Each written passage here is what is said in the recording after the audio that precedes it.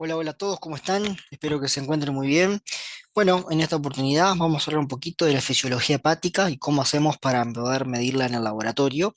Como siempre, la primera diapositiva destinada a mostrar los libros con los cuales se hizo esta presentación. Y vamos a tener que empezar a nombrar algunas estructuras anatómicas y algunas arterias y venas que de alguna manera nos van a ayudar a entender la perfusión del hígado y a su vez nos van a hacer entender la función del hígado. Primero que nada, tenemos que saber que el hígado es un órgano que es impar, que está ubicado en lo que es el hipocondrio derecho, y hay una parte, que es esta parte de lo que es el lóbulo izquierdo, que puede llegar hasta hipocondrio izquierdo también. Posee, cuando uno lo ve de forma macroscópica, dos lóbulos, un lóbulo derecho y un lóbulo izquierdo.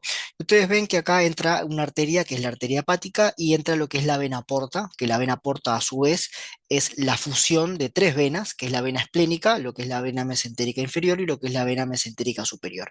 Esta vena mesentérica inferior y mesentérica superior provienen nada más ni nada menos que lo que es el intestino, trayendo consigo todo lo que son los nutrientes, generando así la vena porta cuando se unen junto con la esplénica detrás de lo que es la cabeza del páncreas, formando la vena porta que aporta el 75% de la irrigación de toda la sangre que le llega al hígado. El 75% está dado por la vena porta y el 25% de toda la irrigación de todo el flujo que le llega al hígado está dado por la arteria hepática. También lo que logramos visualizar acá, lo que es la vesícula biliar, es muy importante cuando nosotros estudiamos los lípidos para poder realizar una absorción de la mejor manera. Acá empezamos a ver los conductos hepáticos, y tendríamos que dibujar el conducto cístico y conducto colédoco, que los vamos a ver más adelante en esta presentación. Bien, funciones que tiene el hígado un montón: detoxificación, detoxificación de lo que son fármacos, alcohol, todos los metabolismos, proteínas, glúcidos, lípidos, formación, síntesis de colesterol, factores de coagulación, en fin, un montón de funciones tiene el hígado, por eso es un órgano vital. Por supuesto que sí, es el encargado de la síntesis de proteínas, juega un papel importantísimo en lo que es la presión oncótica, y también se le destaca un papel muy importante, sobre todo en los recién nacidos, de la formación de las células sanguíneas, ¿tá? Antes de que las células sanguíneas comiencen a formarse en la médula ósea, el hígado toma las riendas de todo el asunto, formando los elementos formes, y siendo el pionero en lo que es la hematopoiesis junto con el vaso en lo que es el recién nacido. Bien, dicho esto, también vamos a hablar un poquito de lo que es la histología. Si nosotros hacemos un zoom de lo que es la celularidad del hígado, vemos que la célula, por supuesto que acá no estamos viendo una célula puntual, sino que lo que nosotros tratamos de mostrarles acá es que las células de alguna manera se agrupan como formando cordones. Todo lo que ustedes ven acá son todos cordones de células, una al lado de la otra, una al lado de la otra, una al lado de la otra, ¿tá? Y la estructura funcional es el hepatocito, o sea, una célula es el hepatocito, que es la célula principal de lo que es el hígado, es la unidad funcional. Pero ¿qué pasa? Como les acabo de decir, no se ven hepatocitos uno al lado de la otra, sino que intentamos, cuando uno ve la histología, lo que ven son estos cordones, que justamente es un hepatocito al lado del otro. Después tenemos algo que se llama tríada portal, que está en lo que son los espacios portales. La tríada portal está compuesta por lo que es una rama de lo que es la arteria hepática, un conductillo biliar y lo que es una rama de lo que es la vena porta. ¿Ah? ¿Qué sucede? Ustedes ven que de alguna manera las tres corren hacia lo que es una vena central. Y acá vamos a empezar a desglosar qué es lo que lleva cada una de estas, qué es lo que lleva cada uno de estos vasos. Por supuesto que la arteria hepática lo que va a llevar es oxígeno. Ustedes ven que al inicio, cuando la rama de la arteria hepática asoma en lo que es este espacio portal, que ya les digo que hay bastantes espacios portales, y cuando uno intenta trazar estas líneas punteadas, termina formando lo que es el lobulillo hepático o acino hepático, es lo mismo. ¿Qué es lo que sucede? La rama de la arteria hepática, ¿tá?, que es rica en oxígeno, va de alguna manera a proveer de oxígeno a todos los hepatocitos. La particularidad de esto es que, claro, estos hepatocitos que están en esta primera zona acá, de alguna manera reciben el máximo tenor de oxígeno. Cuando el oxígeno de alguna manera llega a lo que es la parte más central, acá al lado de la vena central, estos hepatocitos que están acá más cerca de lo que es la vena central, de alguna manera el tenor de oxígeno no es tanto como acá. Esto es muy importante porque, por ejemplo, si tenemos una disminución del gasto, los hepatocitos que más van a sufrir la hipoxia son los que están más cercanos a la vena central, porque bueno, estos acá, que están en esta zona, bien al comienzo del espacio porta, estos hepatocitos de alguna manera pueden llegar a rescatar algo de oxígeno que venga de esta arteria hepática. Pero bueno, lo que están cerca de lo que es la vena central se ven desfavorecidos por un tema geográfico de ubicación, digamos, y pueden sufrir mucho más la hipoxia y pueden llegar a, después de la isquemia, necrosarse y a morir, ¿verdad? Bien, entonces tenemos que la arteria hepática provee a todos los hepatocitos, a todo este cordón de hepatocitos de oxígeno y va a terminar en una vena central. Esto es lógico, ¿verdad? Porque bueno, todo el oxígeno que van tomando estas células, de alguna manera después van liberando dióxido de carbono y van a ir derechos hacia una vena central que se va a unir esta vena central a otra vena central que andará por acá, a otra vena central que andará por acá, para formar después las venas suprahepáticas, que son venas que salen justamente por encima del hígado, para después unirse a lo que es la vena cava inferior. Si yo lo puedo dibujar acá, tendríamos que tenemos diferentes venas, ahí, bueno, más o menos, ¿no? Tenemos diferentes venas suprahepáticas que terminan después uniéndose a lo que es la vena porta, que si lo pudiera dibujar, empezaría de allá abajo y seguiría acá, y acá es donde se empezarían a unir las venas suprahepáticas para subir a través de lo que es la vena cava, la vena porta, no, la vena cava, perdón. Entonces, eso con respecto a lo que es la rama de la arteria hepática. Después tenemos a lo que es la rama de la vena porta, que la vena porta dijimos que en realidad era una anastomosis de de la vena mesentérica superior, de la vena mesentérica inferior, que venían del hígado. Entonces, por supuesto que traen nutrientes. Esto es muy interesante y muy bueno, porque claro, los nutrientes se mueven de lo que es el espacio porta hacia lo que es la vena central, pasando por todos los hepatocitos, por todos los cordones de ese hepatocito. Ahí está. Pasando por todo lo que es los hepatocitos para que puedan de alguna manera captar todos esos nutrientes. ¿Por qué? Porque dijimos que el hígado es uno de los principales órganos que de alguna manera lleva adelante todos los metabolismos, proteínas, glúcidos y lípidos. Entonces todos los nutrientes que pasan son captados por estos hepatocitos que están por acá. A su vez, acá les dibujo lo que es un macrófago, que en el hígado se llaman células de Kupffer, que justamente en el intestino muchas veces se traslocan algún tipo de bacteria, algún tipo de microorganismo, que claramente si pasan a la vena central y después van por vena cava inferior, de alguna manera llegan a toda la economía, ¿tá? A todo lo que es el cuerpo. Entonces, para que eso no suceda, acá tenemos como una especie de soldado que está esperando cualquier microorganismo que se pueda haber filtrado por el intestino y cumpliendo la función de fagocitarlo, ¿verdad? Y después tenemos por último lo que son los conductillos biliares. Ustedes ven que lo que son los nutrientes y lo que es la sangre oxigenada tienen un movimiento que es centrípeto, mientras que la bilis tiene un movimiento que es centrífugo, ¿tá? Es como que se fugara. ¿Por qué? Porque todos estos hepatocitos que están acá forman bilis y de alguna manera esta bilis tiene que ir a depositarse acá, a lo que es la vesícula biliar. Entonces, de alguna manera, la bilis tiene que viajar por estos conductillos hepáticos hacia hasta que estos conductillos se hagan cada vez más grandes, más grandes, más grandes, y de alguna manera toda esa bilis termine en lo que es la vesícula biliar. ¿Tá? Entonces, todo lo que es el movimiento de bilis se dice que es centrífugo, ¿tá? Como que se fuga, y el resto del movimiento de la sangre, como lo que es el oxígeno y como son los nutrientes, es un movimiento que se llama centrípeto, porque justamente van hacia el centro, hacia lo que es la vena central.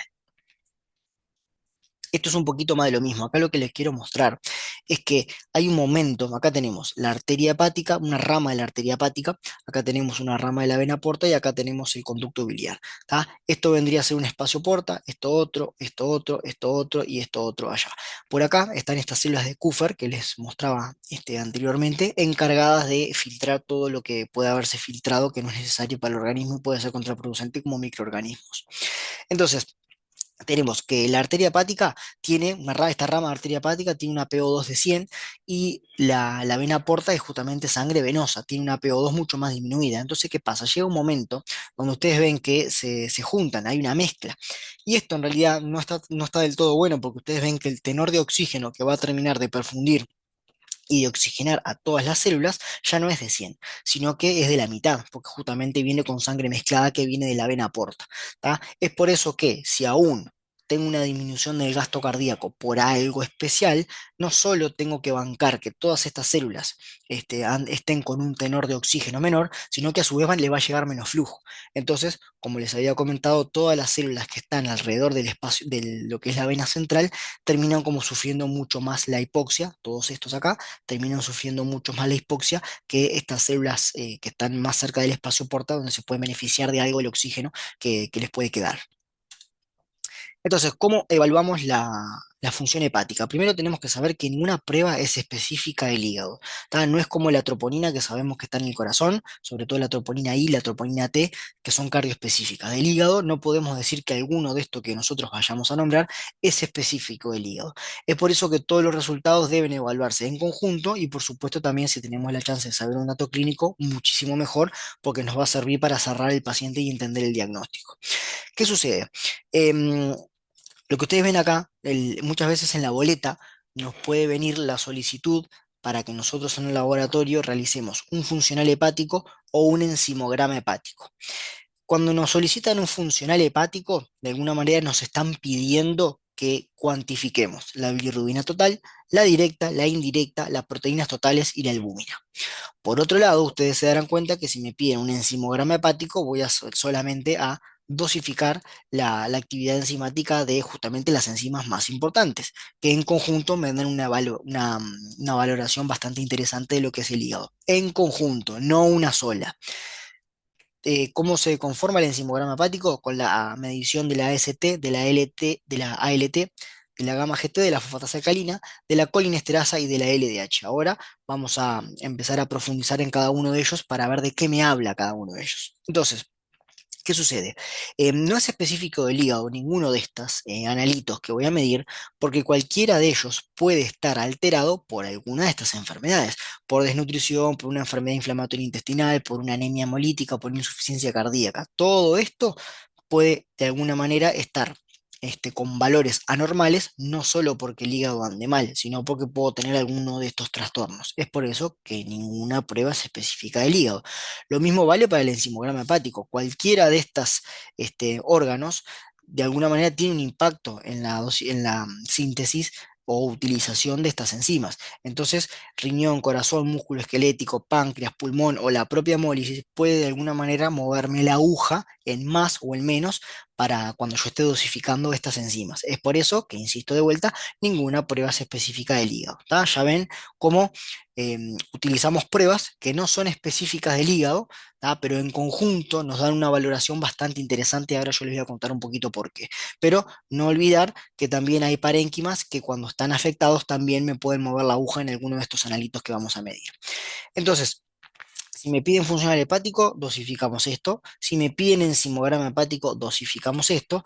Pero claro, si quieren todo, ¿tá? El todo se pide como perfil hepático. Cuando me piden específicamente el perfil hepático, lo que hacemos es juntar el funcional con lo que es el enzimograma hepático para poder formar este perfil hepático que ustedes se darán cuenta que es mucho más completo porque justamente es la fusión de estos dos. Entonces, nosotros, mirando los diferentes valores de las enzimas, de proteínas y demás, podemos sacar conclusiones y obtenemos parámetros que nos indican lesión, que nos indican que la función del hígado está no del todo bien, y parámetros que nos indican que los canalículos biliares están obstruidos, por ende el paciente puede tener una ictericia, por ejemplo.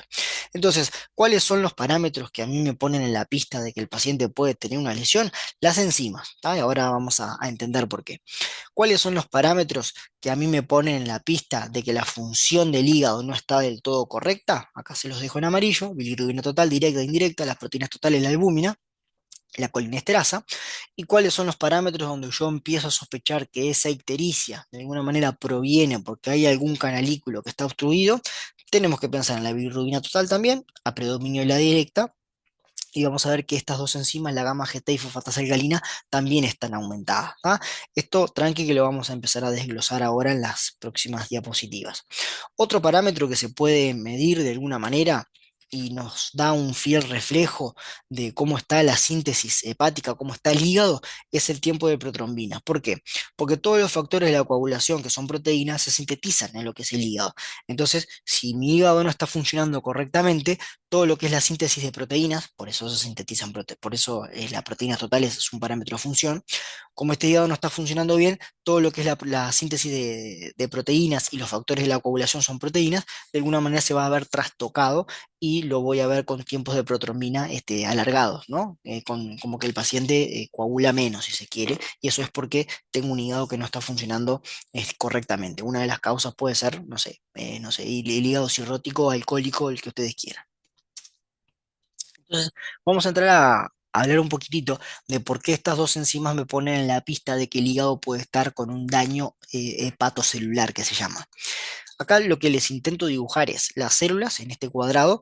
Ustedes ven que en el citoplasma de las células hay diferentes enzimas, la ALT, la LDH, y dentro de lo que es la mitocondria está la AST. ¿Qué sucede? No me quiero olvidar, y lo voy a dibujar desde ahora, la AST también está en el citoplasma, ¿tá? La AST tiene una isoforma, una isoenzima citoplasmática y otra mitocondrial. ¿Qué sucede? Vamos a cambiar de puntero.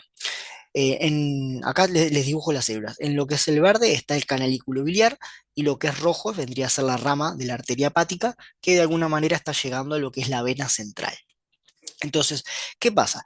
Cuando nosotros estamos expuestos a virus, como es la hepatitis A, B o C, la que ustedes quieran, tóxicos, como puede ser alcohol, algún fármaco o algo, o tengo alguna enfermedad autoinmune que tiene preferencia por lo que es el hígado, por lo que son las células del hígado, ¿qué sucede? Me aumenta esto rayado acá, les quiero mostrar como que me aumenta la permeabilidad de la membrana. ¿Tá? Las células se destruyen, lo que es la parte más apical, y claro, todas las células que están en el citoplasma salen hacia afuera. Es por eso que justamente cuando yo saco sangre de acá, encuentro a estas enzimas mucho más elevado que lo normal, porque claramente, normalmente nosotros tenemos un valor en la sangre de estas enzimas muy bajito. Cuando alguna de estas células, cuando alguna parte del hígado está dañado porque hay un aumento de la permeabilidad por cualquiera de estas etiologías, me aumenta la permeabilidad de la membrana y encuentro que todas las células estas citoplasmáticas se vuelcan a la sangre. ¿Qué sucede? Ustedes ven que acá la AST también va a ir para la sangre. Pero ¿qué pasa? Cuando uno mide la vida media de la ALT y de la AST, se da cuenta de que la vida media de la AST es mucho más cortita, es decir, de la circulación desaparece más rápido. Esto hace que normalmente en algo agudo la ALT esté más aumentada que la AST. Pero ¿qué sucede? Si el daño es más grave, como dice acá, de alguna manera llega a romper la mitocondria. Y en la mitocondria está esta otra isoenzima de la AST que también sale hacia la circulación. Y ahora, ¿por qué cuando es más grave? ¿Por qué cuando es más grave la AST la encuentro más elevada que la ALT? Porque esta AST mitocondrial, que la mitocondria se rompe cuando la lesión es más grave, esta AST tiene una vida media mayor a la ALT. Entonces, en casos así, en casos de donde el daño es mucho más grave, que se rompe la mitocondria, voy a ver que la AST es mayor de lo que es la ALT, porque la vida media de la AST mitocondrial es mucho mayor que la AST citoplasmática. Que normalmente, insisto con esto, cuando el daño no es tan grave, no se llega a liberar esta AST mitocondrial y esta AST citosólica, su vida media es menor que la ALT, por eso en daños más leves, la ALT está levemente más aumentada que la AST. En daños mayores, esto que les cuento se invierte. Entonces, estas enzimas son las que nos ponen en la pista si hay algún daño hepatocelular por cualquiera de estas etiologías, por esto que les acabo de comentar, nosotros las encontramos en la sangre. Acá lo que les traigo para poder analizar esto es un caso clínico donde tenemos una chica de 22 años que básicamente realizó un intento de autoeliminación con paracetamol, 30 comprimidos de paracetamol de 500 miligramos cada uno. Entonces, ¿qué pasa? Después esto si quieren ustedes lo leen. Pero lo que quiero que vean es que el valor normal de estas enzimas, ustedes ven que están alrededor menos de 33. ¿tá? Menos de 35 diría como regla general. Ustedes ven que el daño hepatocelular que genera el paracetamol en lo que es el hígado, cuando se toman en estas cantidades, lógicamente, es tremendamente más que cualquier otro daño por hepatitis. Ah, ustedes ven que acá tenemos la ALT 15.565 con una AST de 8.801. O sea, son de verdad valores que superan el límite superior, pero ampliamente, ampliamente. Y a su vez, como les contaba, si yo quiero ver la funcionalidad hepática, además de ver el daño que puedo ver a través de estos estudios, lo puedo ver también cuando realizo lo que es el tiempo de protrombina. Cuando ustedes ven acá la crisis, que es los estudios de coagulación, claro, lo que les comentaba, las proteínas de la coagulación se sintetizan en el hígado. Si el hígado de verdad está dañado, ustedes ven acá como por ejemplo este paciente tiene un INR de 6. ¿Tá? Cuando el INR normal es de 1. Ustedes vemos acá como el tiempo de protrombina, que más o menos anda entre 70 y 120, está en 11%. Entonces, de verdad que es tanto el daño hepático que ya las proteínas de la coagulación de verdad no se están sintetizando correctamente y es un paciente que por supuesto puede llegar a tener cualquier tipo de hemorragia que muchas veces no son predecibles, ¿verdad? Uno no son inadvertidas, así es como se llama. ¿Qué es lo que sucede en el hígado cuando el paracetamol ingresa así de manera importante? Bueno, primero que nada, tenemos que la dosis máxima es de 4 gramos por día y acá tenemos este paciente que ingirió 30 comprimidos de 500 miligramos, más o menos unos 15 gramos ingirió. Estamos de acuerdo que son 4 veces más casi la dosis máxima que es recomendada. El paracetamol cuando se metaboliza en lo que es el hígado forma un compuesto mucho más largo de palabra que nosotros lo vamos a llamar ahora NAPQI porque bueno, se abrevia de esta manera. Este es un metabolito que de alguna manera el glutatión que nosotros tenemos, que es un agente antioxidante, el glutatión hace lo que puede por tratar de neutralizar a este compuesto. Pero ¿qué pasa? Es tanto lo que se genera de este metabolito que el glutatión de alguna manera empieza a consumirse, dejando al resto del hígado sin poder antioxidante. Entonces, ¿qué es lo que sucede? Como tengo menos glutatión, por supuesto que más de este metabolito va a estar generando estrés oxidativo. Entonces, si se genera estrés oxidativo, las células no tienen cómo defenderse porque ya agotó todo su glutatión. Entonces comienza lo que es la apoptosis. ¿Tá? Grandes concentraciones de paracetamol, como en este caso, generan una necrosis celular, hepatocelular, porque hay un agotamiento del glutatión, que es el caballito de batalla que nosotros tenemos para paliar a este metabolito que se forma. Y claro, como uno lo consume en dosis muy, muy elevadas, de alguna manera termina consumiéndose y el estrés oxidativo no puede ser paliado. Es por eso que hay daño hepatocelular y el hígado termina sufriendo, dando los valores que le mostraba anteriormente. Vamos a hablar ahora un poquitito de la bilirrubina total directa, gamma GT y fosfatasa que nos ponen en la pista de alguna manera cuando yo tengo alguna obstrucción. ¿Qué sucede? Acá les dibujo lo que es el hígado, la vesícula biliar, lo que son los conductos hepáticos, este cuello acá es el conducto cístico, esto acá de alguna manera es los conductos hepáticos que termina uniéndose formando este conducto único que es el conducto colédoco que termina desembocando acá en la segunda porción del duodeno que va a traer toda la bilis para que la bilis pueda hacer su trabajo con lo que son los lípidos, poder absorberlos de una manera mucho más fácil. ¿Qué sucede? Muchos pacientes tienen diferentes cálculos en lo que es la vesícula y muchas veces algunos migran y quedan impactados acá, en lo que es el colédoco. Entonces, claro, cuando de alguna manera la vesícula quiere vaciarse y toda la bilirrubina que se formó viene, queda como un stop acá y esto todo refluye para atrás. ¿Qué consecuencias tiene esto? Que el paciente lo vemos de color amarillo, las mucosas son amarillas, lo que se llama la ictericia. ¿Qué es lo que sucede? Este es el mismo dibujito que teníamos hoy. Ahora lo único que le agregué es que tenemos el conducto, donde está la gamma GT y la fosfatasa alcalina que están en estos conductos biliares. Tenemos las células, que ya hablamos de ella. Tenemos la rama de la arteria hepática que va a terminar en lo que es la vena central. Y entre lo que son los conductos biliares y lo que es la sangre, digamos, tenemos la linfa, que nosotros sabemos que la linfa son conductos que de alguna manera terminan drenando diferentes tipos de desecho, que bueno, que muchas veces no llegan a volcarse a la sangre porque bueno, o sea, la linfa lo recoge antes para poder este, llevarlo a su lugar de metabolismo. ¿Qué sucede? Como yo tengo un stop acá, toda la bilirrubina que tendría que haber terminado acá en el duodeno, refluye para atrás. Entonces, ¿qué pasa? ¿Refluye por dónde? Por los canalículos. Entonces acá ustedes ven que, ¿qué pasa? Arranca toda la bilirrubina toda para atrás. Y en los canalículos están estas dos enzimas, la gamma GT y la fosfatasa alcalina, cumpliendo funciones dentro del canalículo.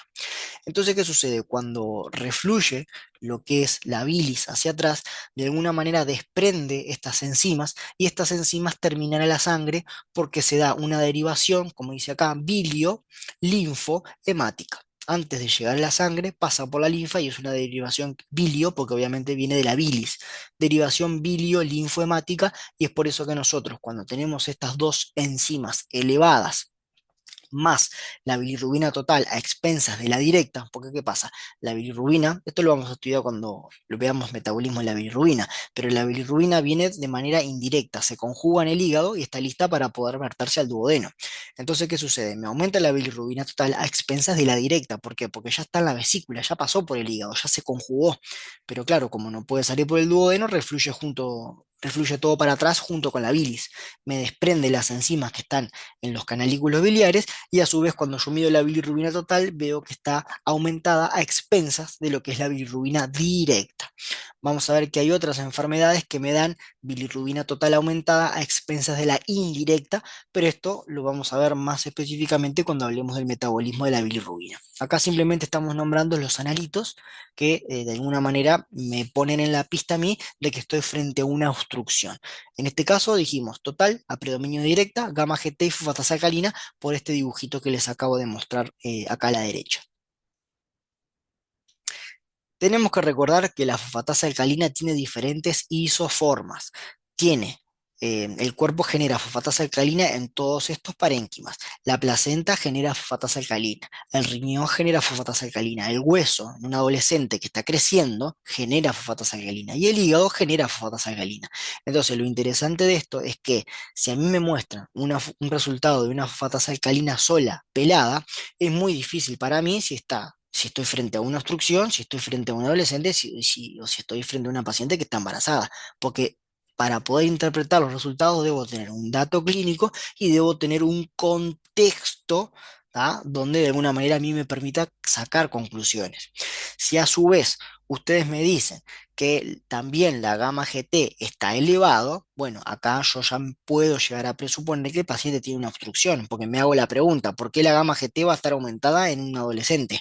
Ah, puede ser porque, bueno, está detoxificando algo, pero normalmente, imaginemos que el paciente no está tomando nada. Es muy difícil de tener una gamma GT elevada en un adolescente cuando solamente está creciendo. Y es muy difícil también la gamma GT tenerla elevada en el embarazo.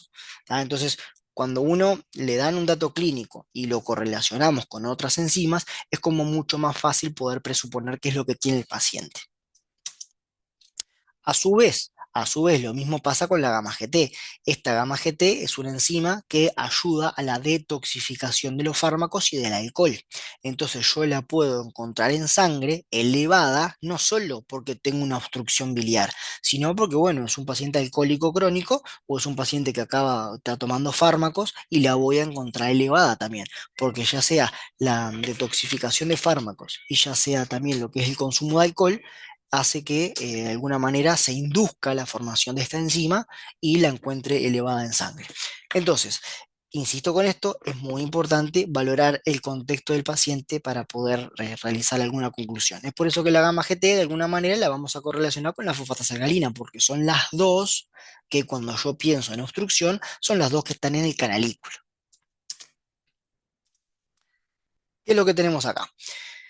Cuando yo tengo, por ejemplo, una hemólisis intravascular, ¿tá? Donde tengo una destrucción masiva de glóbulos rojos, ¿qué sucede? Ustedes saben que dentro del glóbulo rojo está la hemoglobina. Y la hemoglobina está formada, entre muchas cosas, por el grupo hemo. Esto después lo vamos a ver, insisto, cuando veamos metabolismo de la bilirrubina, pero bueno, ahora vamos a hablar un par de títulos para que nos ayude a entender estas cuestiones. Cuando hay una hemólisis intravascular se desprende mucha hemoglobina, también se desprende mucho grupo hemo, que el grupo hemo es captado por lo que es el sistema mononuclear fagocítico del vaso, y en el vaso se dan ciertas reacciones químicas que después las vamos a profundizar, no importa. De este grupo hemo se termina formando bilirrubina, Esta bilirrubina de alguna manera tiene que llegar al hígado unida a la albúmina. Esta bilirrubina, que no ha pasado por el hígado y está unida a la albúmina, se le llama bilirrubina indirecta. Entonces, ¿qué pasa? Cuando yo tengo una hemólisis intravascular, de alguna manera tengo mucha bilirrubina que se está formando y esa mucha bilirrubina, claro, no ha llegado al hígado y de alguna manera cuando llega satura la conjugación.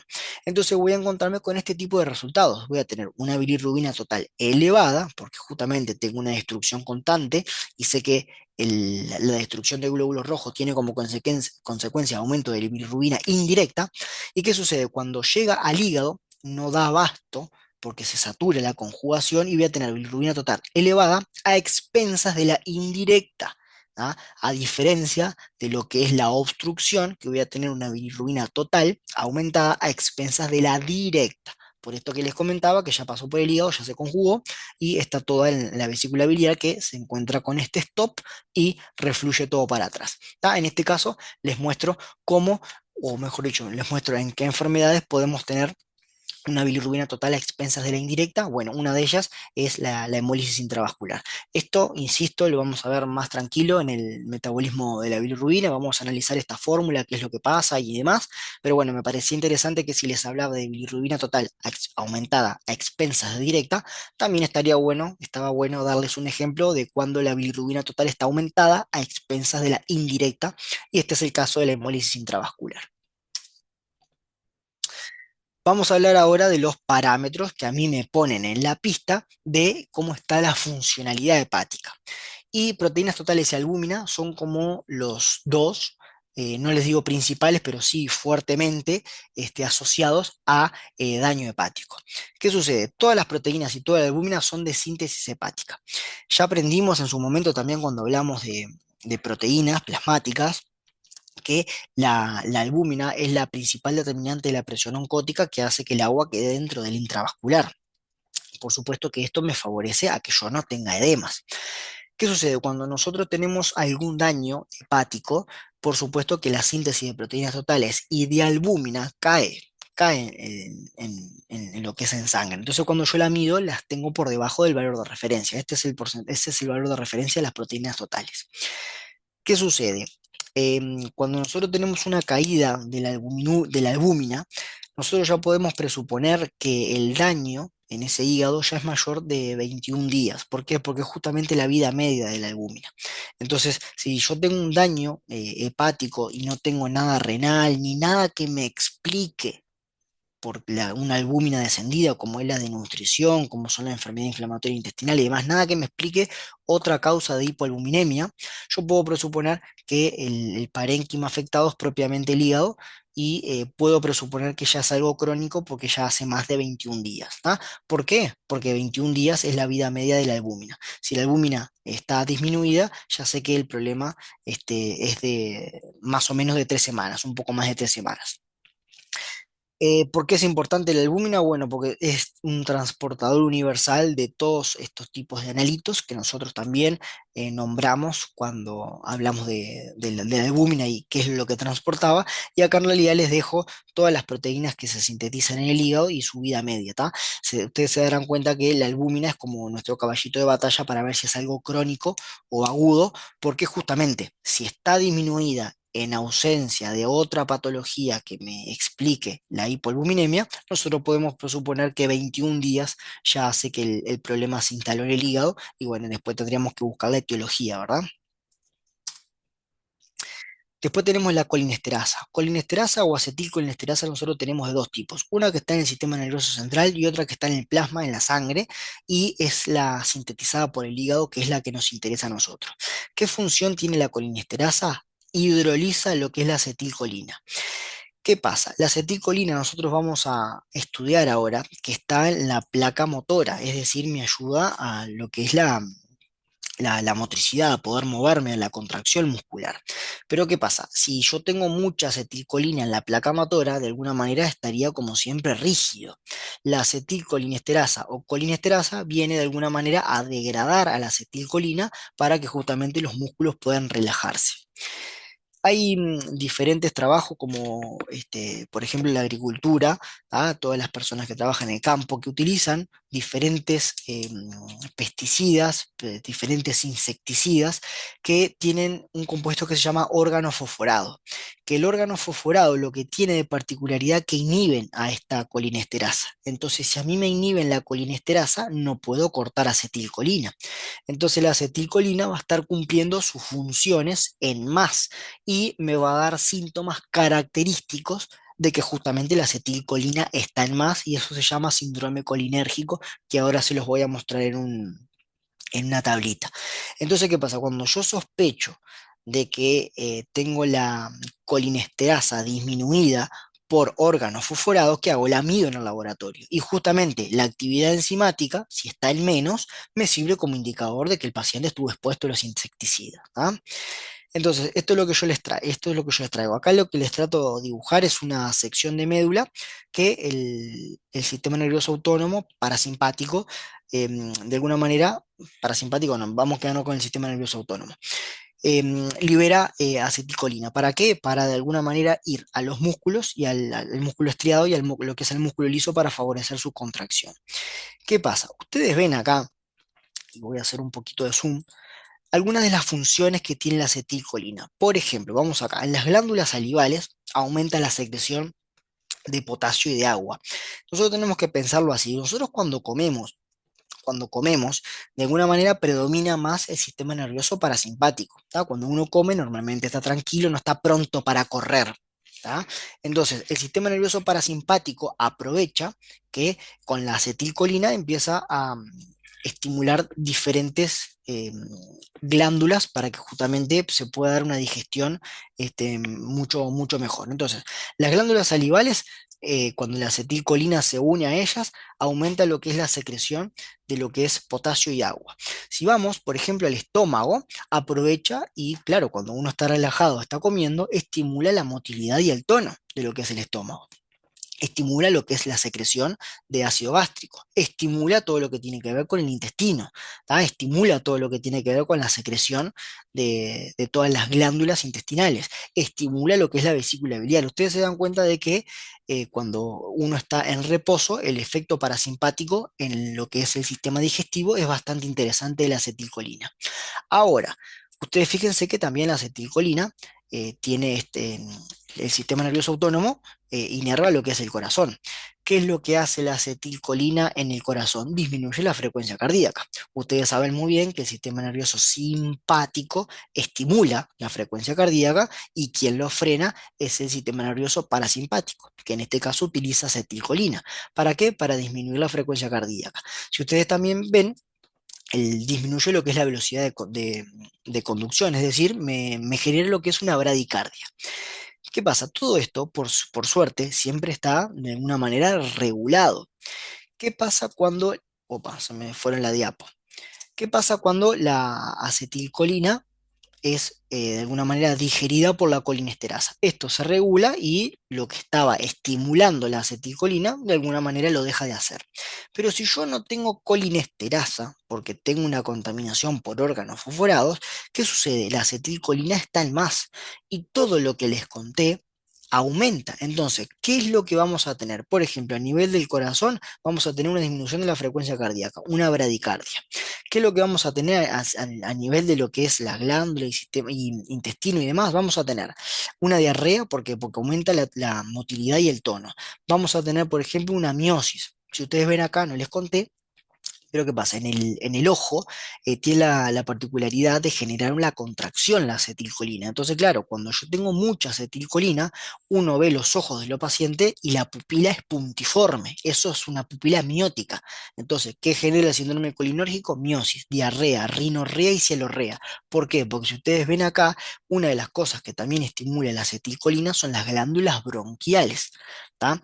Entonces, de alguna manera podemos llegar a tener una hipersalivación o algo de moco también.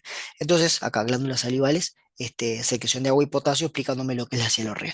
Entonces, entendiendo qué es lo que hace la acetilcolina, em, de alguna manera, cuando sacamos del juego a la colinesterasa, vamos a tener esta acetilcolina en más. Y acá yo voy a poder entender todo lo que ella hace si lógicamente estudio antes este cuadrito, porque este cuadrito es lo que hace normalmente la acetilcolina, pero está regulada. Cuando no está regulada por contaminación de órganos fosforados, todo lo que acabamos de leer está en más, ¿tá? Y esto es lo que me constituye el síndrome colinérgico. LDH, ¿qué tenemos que decir de la LDH? Dos palabras. Es una enzima que es ubicua, que está en todos lados, que vista sola no sirve para nada porque está en todos lados, entonces hay muchos órganos que la sintetizan, entonces su aumento puede darse por muchísimos parénquimas, pero bueno, nada, está dentro del perfil hepático y es una enzima más de todas las que nosotros estudiamos. ¿Qué pasa? Si ustedes se acuerdan, la LDH, ¿qué función tenía la LDH? Cuando nosotros estábamos metabolizando la glucosa cuando formaba piruvato de alguna manera tenía dos caminos para seguir, dependiendo si estoy con oxígeno en el medio o si estoy en anaerobiosis. La LDH o lactato deshidrogenasa lo que favorece la formación de piruvato a lactato cuando la glucosa no puede entrar al ciclo de Krebs porque no tengo oxígeno en el medio. Cuando estoy en un medio que tengo poco oxígeno, la LDH genera piruvato a lactato porque, bueno, el ATP que yo puedo generar acá es muy poquito, pero bueno, al menos algo, que es lo que la célula de alguna manera se ve como obligada cuando hacer este poco ATP, porque bueno, no puede entrar el ciclo de Krebs para formar muchas más moléculas de ATP porque tiene la limitante del oxígeno. Esto es un poco la función de lo que es la LDH. ¿Qué tenemos que decir? Ubicada en todas las células del cuerpo. Acá, por ejemplo, les traigo que tenemos LDH en donde en la sangre, en el corazón, en los eritrocitos, en la corteza renal, en el pulmón, en el músculo esquelético y en el hígado. Entonces ustedes ven que LDH tenemos por todos lados.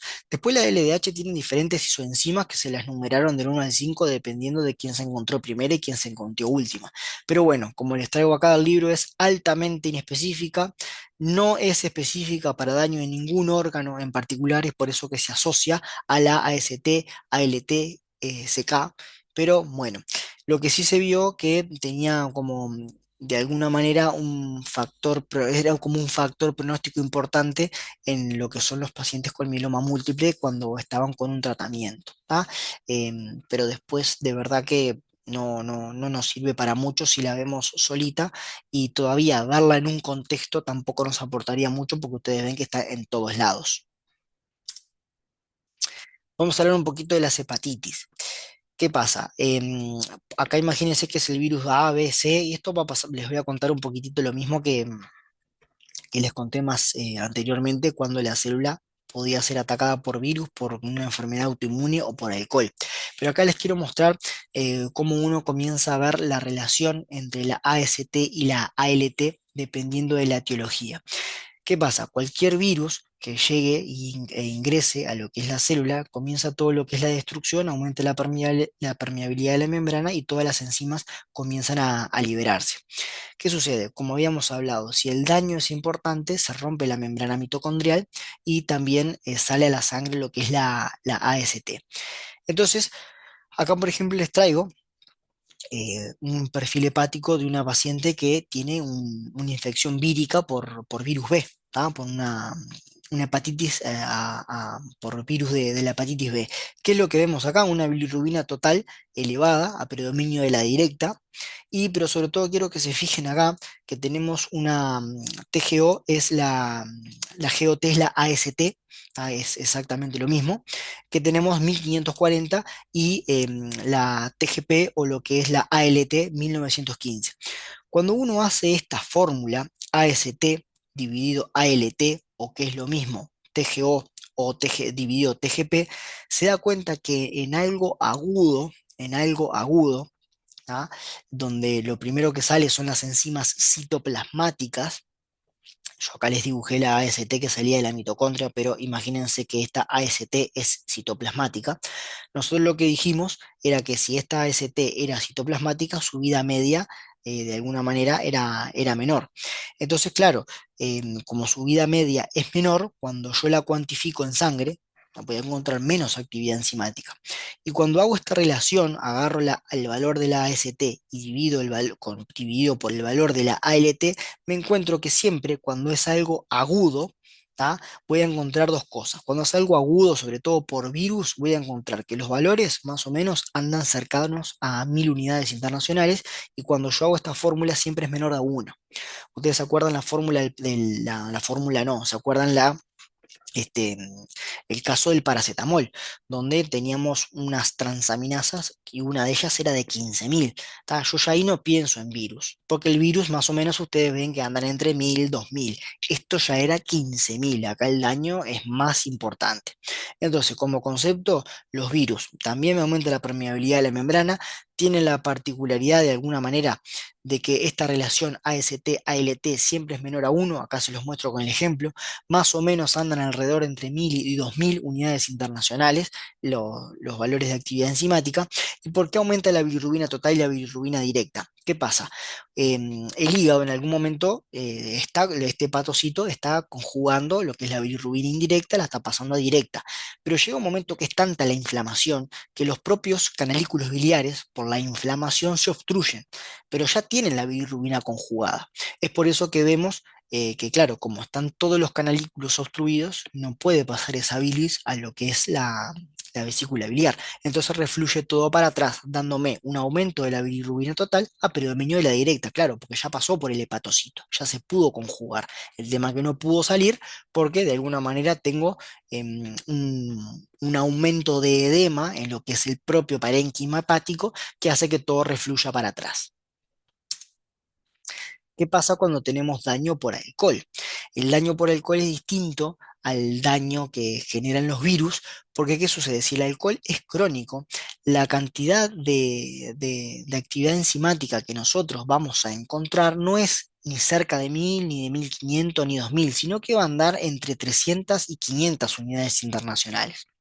Ustedes ven acá, este es un paciente donde es un alcohólico crónico, donde ustedes ven que la AST y la ALT me habla, por supuesto, de daño hepático estos valores porque está por encima del valor de referencia, pero no es lo mismo tener 350 que tener 1500. En los casos de hepatopatía alcohólica, ustedes ven que cuando hacemos la relación AST y ALT va a ser siempre mayor a 2. Esto está bastante interesante también porque, bueno, nosotros sin saber, porque puede ser que no tengamos un dato clínico, sin saber mucho del paciente, si hacemos esta relación ya nos puede poner en la pista si es algo crónico, como este caso, o si es algo agudo, como el caso anterior. ¿Tá? ¿Por qué está aumentada la bilirrubina total y a expensas de la directa? Porque ¿qué sucede? También el alcohol lo que hace es generar fibrosis en todo lo que es entre los hepatocitos y esa fibrosis de alguna manera cierra la luz de los pequeños conductos hepáticos y me aumenta la bilirrubina. ¿Por qué me aumenta la bilirrubina total a expensas de la directa? Bueno, porque justamente los pocos hepatocitos que hay pudieron conjugar la bilirrubina que llegó. Pero claro, es tan poca la luz que tengo en el conductillo por este tema de fibrosis que genera el mismo alcohol, que claro, es como si tuviera un stop a ese nivel y toda lo que es la bilis vuelve hacia atrás, dándome bilirrubina total elevada a expensas de la directa. Bien, quiero ver si me olvido de algo. No. A su vez, esto es interesante, la gamma GT en un paciente alcohólico no nos debe extrañar que esté elevada, como pasa en este caso.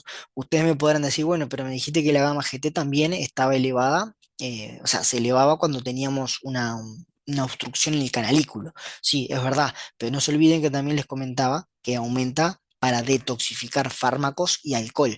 Entonces, en un paciente alcohólico, algo interesante que podamos ver es que tenemos esta relación, el predominio de la bilirrubina total a expensas de la directa y una gamma GT elevada porque justamente está inducida por la hepatopatía alcohólica del paciente. La función de la gamma GT en este caso está elevada para tratar de detoxificar todo el alcohol que está haciendo daño a lo que son las células.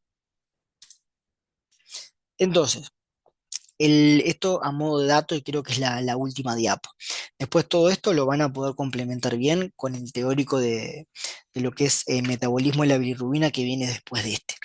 ¿Qué pasa? De todas las hepatitis o de todos, sí, de todas las inflamaciones hepáticas o hepatitis, tenemos que el 70% de todas las hepatitis agudas de verdad tiene una mortalidad de cero, o sea, la gente vive. cuando pasa por una hepatitis. El tiempo de protrombina siempre cuando uno lo cuantifica siempre es mayor al 50%. Es decir, que el hígado puede estar tocado en las hepatitis agudas, que es la mayoría, leves, pero bueno, no es de preocuparse.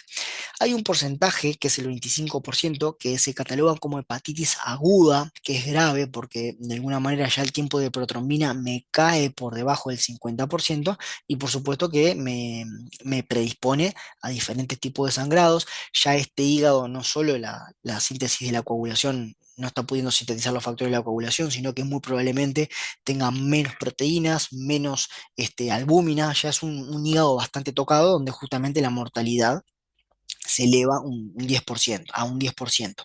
Y después tenemos la hepatitis fulminante, que por suerte va de 2 al 5% de los pacientes que tienen hepatitis, donde tenemos una mortalidad del 80%. Y la hepatitis fulminante es característica ver la encefalopatía. ¿Qué significa la encefalopatía? Bueno, los pacientes que ya no tienen hígado prácticamente porque tienen una hepatitis fulminante, farmacológica o a punto de partida de lo que ustedes quieran. ¿Qué sucede? El hígado no puede liberar, no puede metabolizar ciertas toxinas como es el amonio. Entonces, el amonio, si no es detoxificado, no es eliminado, de alguna manera puede penetrar el sistema nervioso central y generar diferentes trastornos, que esto lo vamos a ver cuando veamos urea, porque en realidad la urea es la forma que nosotros tenemos de sacar el amonio enmascarado, y la urea sucede en el hígado, el ciclo de la urea es en el hígado. Entonces, claro, si no tengo hígado, tengo mucho más amonio y menos urea. El amonio es permeable al sistema nervioso central y me genera muchísimos problemas a través de potenciales de acción, consumo de diferentes intermediarios, etcétera, etcétera. Y esto es lo que causa lo que es la cefalopatía: paciente confuso, paciente que no sabe dónde está, paciente que arranca con algún tipo de delirio. Esto es lo que genera las hepatitis fulminantes, donde ya si el hígado no puede de alguna manera metabolizar el amonio, de verdad que es una hepatitis bastante dañina, por eso sería el nombre de fulminante, y ustedes ven que acá que la mortalidad asciende hasta el 80%. ¿Tá? Así que bueno, creo que esta es la última. Sí, chicos, em, vamos a complementar este teórico, lo voy a hacer en dos partes porque si no me queda muy largo. El próximo teórico va a ser el metabolismo de la bilirrubina, para entender de dónde viene, para entender un poco más la hemólisis intravascular, bueno, para entender por qué los recién nacidos tienen hiperbilirruinemias, así que eso lo vamos a complementar en ese teórico. Pero bueno, llegamos por acá. Quedo a las órdenes para cualquier cosa que necesitan, mail, mensaje, comentario, lo que ustedes quieran. Y bueno, nos vemos en la próxima. Saludos para todos.